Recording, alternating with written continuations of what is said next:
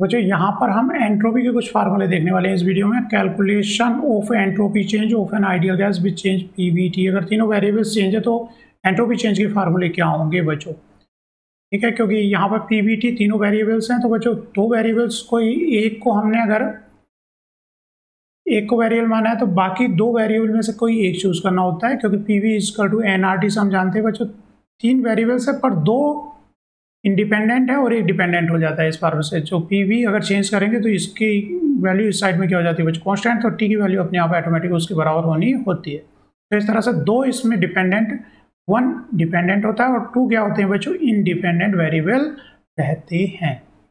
Clear है। अब आगे बच्चों देखते हैं कि किस तरह से हम अगर कंसीडर कहने का मतलब अगर हम टेम्परेचर के साथ दूसरा वेरिएबल वॉल्यूम लेंगे या फिर टेम्परेचर के साथ प्रेशर। तो पहले कैलकुलेट करते हैं हम बच्चों फार्मूला। जब टेम्परेचर के साथ में क्या चेंज हो रहा है, सपोज वॉल्यूम का चेंज हम ले रहे हैं। तो एंट्रोपी का तो फार्मूला बेसिक बच्चों याद रखना है, change in entropy equal to Q reversible by T. सारे फार्मूले इसी से ड्राइव होंगे क्योंकि ये बेसिक हमारा फार्मूला है। और यहाँ पर क्या है बच्चों, रिवर्सिबल है ना कि इरिवर्सिबल। तो डी एस इक्वल टू हो जाता है बच्चों D Q reversible by T, formula हमारा होता है। तो इस कंडीशंस में टेम्परेचर वॉल्यूम की टर्म में हमें क्या निकालना, डी क्यू निकाल करके लाना है कि इसकी वैल्यू क्या है, तो हमारा फार्मूला बन जाएगा। तो हम कहाँ पे जाएंगे बच्चों, फर्स्ट लॉ ऑफ थर्मोडायनेमिक्स हैं, फर्स्ट लॉ ऑफ थर्मोडायनेमिक्स में जाएंगे, उससे देखें D Q reversible by T. First law of thermodynamics हमारा del U equal to Q plus W होता है बच्चों। तो वहाँ से क्यू रिवर्सिबल निकालें तो क्या हो जाएगा, D you minus D W. जैसा कि हम जानते हैं बच्चों माइनस डी डब्ल्यू बराबर क्या होता है, पी डी वी, या D W equal to minus P D V कह दो। और D U change in D U किसके, हीट कैपेसिटी की डेफिनेशन से बच्चों किसके बराबर होती है, D U upon del T V. तो यहाँ से डी यू इक्वल टू क्या लिखा जा सकता है, सी वी डी टी, और डी डब्ल्यू क्या लिखा जाए, पी डी वी।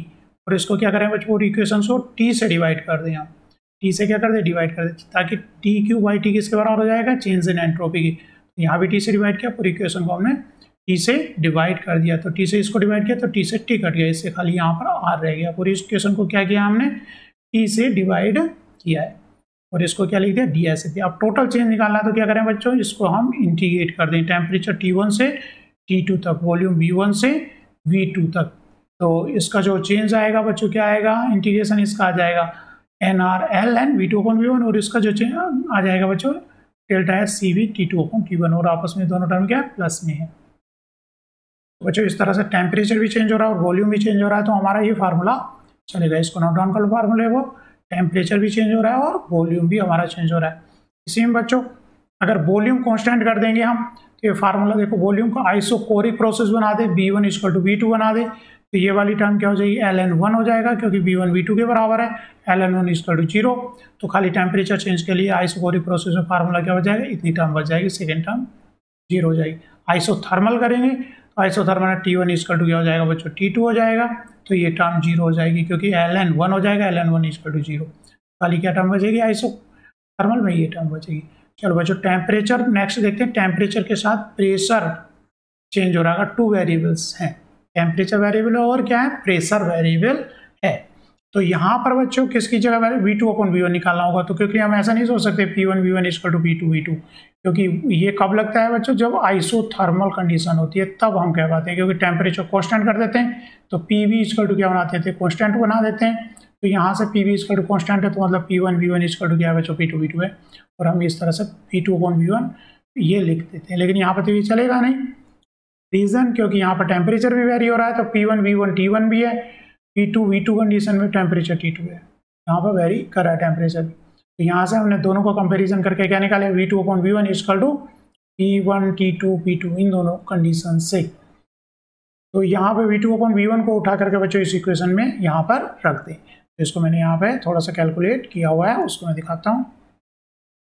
तो इस तरह से बच्चों यहाँ पर जब रखा है ये टर्म रख दी, P1 T2 upon P2 T1, ये जो टर्म है P1 T2 upon P2 T1। तो इसको बच्चों अलग अलग कर लिया मैंने, T2 upon T1 plus P1 upon P2, T2 upon T1 को अलग ले लिया, P1 अपॉन P2 को, क्योंकि बच्चों हम क्या जानते हैं ln A इंटू B क्या होता है, इसका होता है ln A plus ln B होता है। और अगर इसको पलटेंगे हम तो यहाँ पर ये टर्म क्या हो जाएगी, माइनस हो जाएगी, जैसे कि इन्होंने इस टर्म को माइनस लिखा है, मैंने यहाँ P1 अपॉन P2 लिखा है तो प्लस है, लेकिन इन दोनों टर्म को हम कंबाइन करें तो क्या हो जाएगी बच्चों, ln T2 अपॉन T1 को कॉमन ले लिया मैंने, तो ये क्या बन गया, CV प्लस R बन गया। CV प्लस R को क्या लिख सकते हैं, CP minus CV equal to क्या होता है बच्चों, R होता है, तो उससे इस CV प्लस R को क्या लिख सकते हैं, CP लिख सकते हैं। तो ये जो दो टर्म है इनको क्या कर लिया आपस में कंबाइन करके CP माइनस CV से, क्योंकि ln T2 अपॉन T1 इन दोनों में से कॉमन आ गया तो हो गया CV प्लस R, तो CV प्लस R क्या बच जाएगा, CP बच जाएगा, तो वहाँ पर CP, ये फार्मूला फाइनली हमारा इस तरह से n मोल के लिए आ गया। ये 1 मोल के लिए था, n मोल के लिए n से मल्टीप्लाई हो जाएगी। तो अगर आइसोबारिक प्रोसेस होगा P1 इक्वल टू P2, अगर आइसोबारिक हो जाएगा तो फार्मूला हमारा केवल टेम्परेचर वाली टर्म के बराबर हो जाएगा। अगर आइसोथर्मल होगा तो फार्मूला हमारा केवल कौन सा बच जाएगा, आइसोथर्मल के लिए बच जाएगा। नीचे देखते हैं, तो बच्चों एंट्रोपी चेंज, ये कंबाइंड फार्मूले आ गए। आइसोथर्मल प्रोसेस करेंगे तो वहाँ पर टेम्परेचर वाली टर्म गायब हो गई होंगी, या तो V2/V1 कह लो या फिर P2/P1 की टर्म में केवल फार्मूला रह जाएगा, मतलब ये फार्मूला हमारा रह जाएगा। और V2/V1 को PV इक्वल टू कॉन्स्टेंट हम इस तरह प्रेशर की टर्म में भी कर सकते हैं। अगर आइसोबारिक प्रोसेस है तो वॉल्यूम बच्चों 0 हो गया होगा, जैसे कि मैंने पहले बताया ही था, वॉल्यूम 0 हो गया होगा तो टेम्परेचर वाली टर्म केवल यहाँ पर रह जाएगी। तो केवल आइसोबारिक में फार्मूला बच्चों फिर ये चलेगा। और हीट कैपेसिटी क्योंकि कांस्टेंट प्रेशर है तो CP बन गई है, और वॉल्यूम कांस्टेंट है बच्चों। अगर वॉल्यूम कांस्टेंट है तो इस वाले फार्मूले में ये वाली टर्म वॉल्यूम कांस्टेंट है, V1 इक्वल टू V2, तो ये वाली खाली टेम्परेचर वाली टर्म रहेगी। तो फार्मूला एंट्रोपी चेंज का क्या हो जाएगा, CP ln T2 upon T1, CV ln T2 upon T1 किस में बच्चों, आइसोकोरिक प्रोसेस में।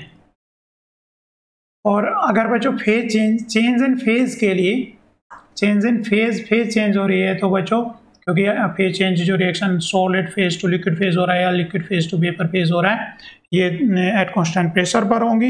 एट कांस्टेंट प्रेशर पर बच्चों क्यू रिवर्सिबल किसके, एंथैल्पी चेंज के बराबर होती है, हम जानते हैं। तो सिंपल ये फार्मूला हम फेज चेंज में सिंपल लगा सकते हैं कि change in enthalpy upon temperature, change in vaporisation upon temperature. तो फेज चेंज का जब आएगा कोई क्वेश्चन तो बच्चों फेज चेंज में हम क्या लगाते हैं, खाली सिंपल यही फार्मूला लगाते हैं, क्यू रिवर्सिबल की जगह डेल्टा S एंट्रोपी चेंज किसके बराबर थी, क्यू रिवर्सिबल बाई T के बराबर थी, अपॉन T के बराबर थी। तो सीधे यही फार्मूले यहाँ पर चलेंगे, कहाँ पर जब फेज चेंज हो रही है। और ऊपर हमने बच्चों फार्मूले, दूसरे फार्मूले बता दिए हमने, दोनों फार्मूले मतलब जब दोनों वेरिएबल्स चेंज हो रहे हैं वो कंबाइंड फार्मूले लिखाए थे, और उनसे हम कोई सा फार्मूला में चेंज कर सकते हैं। तो इस तरह से बच्चों एंट्रोपी चेंज की कैलकुलेशन के कुछ फार्मूले थे, क्योंकि आपको थोड़ा डेरिवेशन सहित ये आने चाहिए। ये लिया हुआ बच्चों पूरी समय पढ़ाने से आप PDF वहाँ पर जा करके इसको देख सकते हो। Thank you.